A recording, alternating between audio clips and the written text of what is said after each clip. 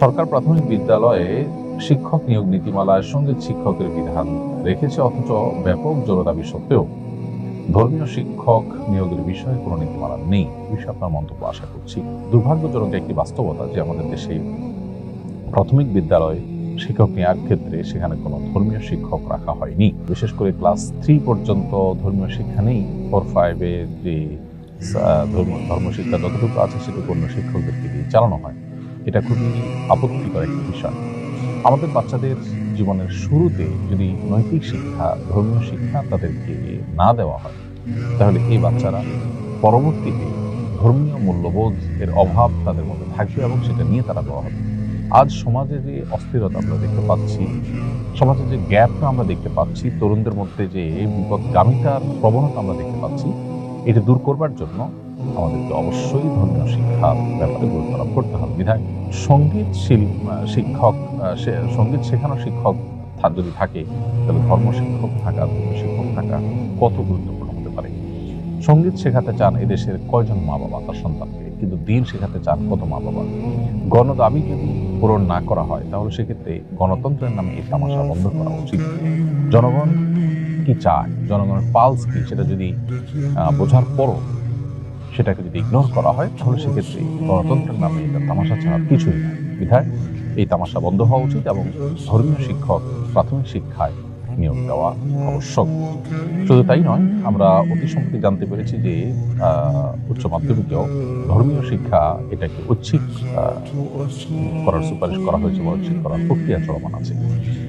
তো এটা যদি সত্যি পদক্ষেপ নেওয়া হয়, তাহলে সেক্ষেত্রে সেটা হবে আরো বড় দুর্ভাগ্যজনক বিষয়। অন্য আরো গুরুত্বপূর্ণ যে শাখাগুলো আছে, বিষয়গুলো আছে, সেগুলোর পাশাপাশি ধর্মীয় শিক্ষাটাও বাধ্যতামূলক রাখাটা অপরিহার্য।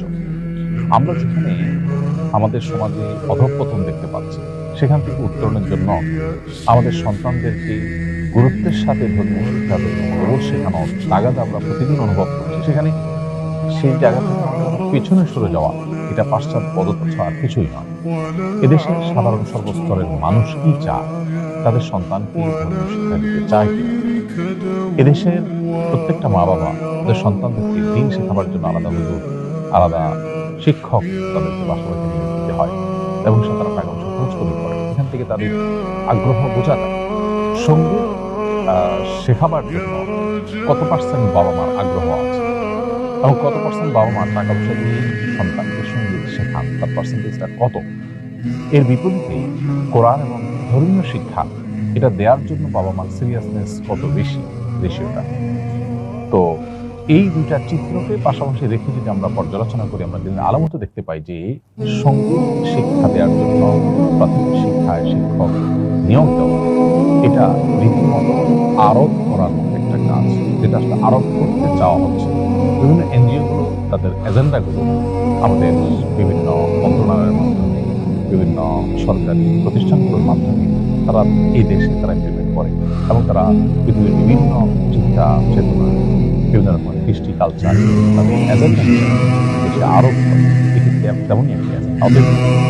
আজকে এই গভর্নমেন্ট যদি জনগণের আশা আকাঙ্ক্ষা না ঘটাতে পারে, তাহলে জনগণের আশা আকাঙ্ক্ষা এটা আমি আশা করব যে সংশ্লিষ্টরা বিষয়ে সর্বোচ্চ দায়িত্বশীলতার পরিচয় দিবেন। আর না হলে ধর্মকে, কৃষ্টি কালচারকে আপনার দমিয়ে রাখার বা এটাকে ইগনোর করার যে একটা প্রবণতা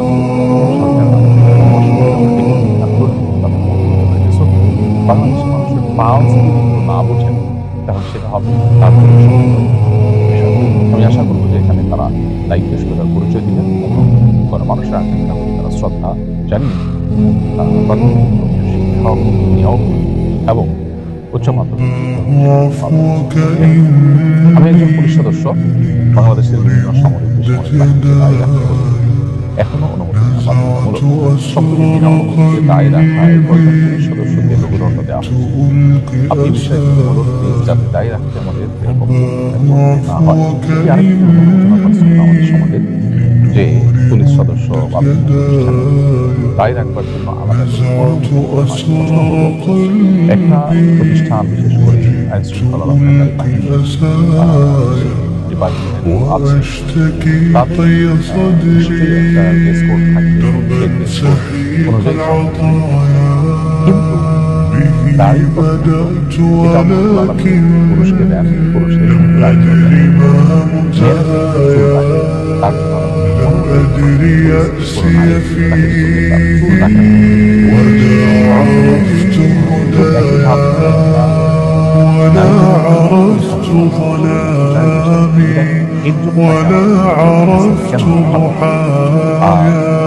ولا لغيرك دوايا رب يوم الندايا يا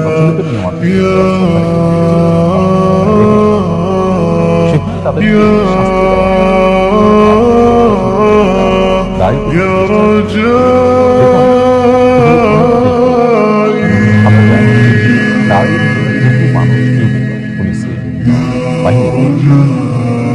এবং আমাদের দেশেও দাড়ি এটা তার পেশাগত দায়িত্ব পালন কোনো প্রকার হেরফের করা বা কোনো প্রকার বাধাসৃষ্টি করা বা তার দায়িত্বে কোনো প্রকার দায়িত্ব পালনে কোনো অসুবিধা তৈরি করার মতো কিছু কিন্তু হয় না। তাহলে সেক্ষেত্রে এটার জন্য আলাদা করে অনুমতি নেওয়ার এই তোড়জোড় করবার কি কারণ থাকতে পারে?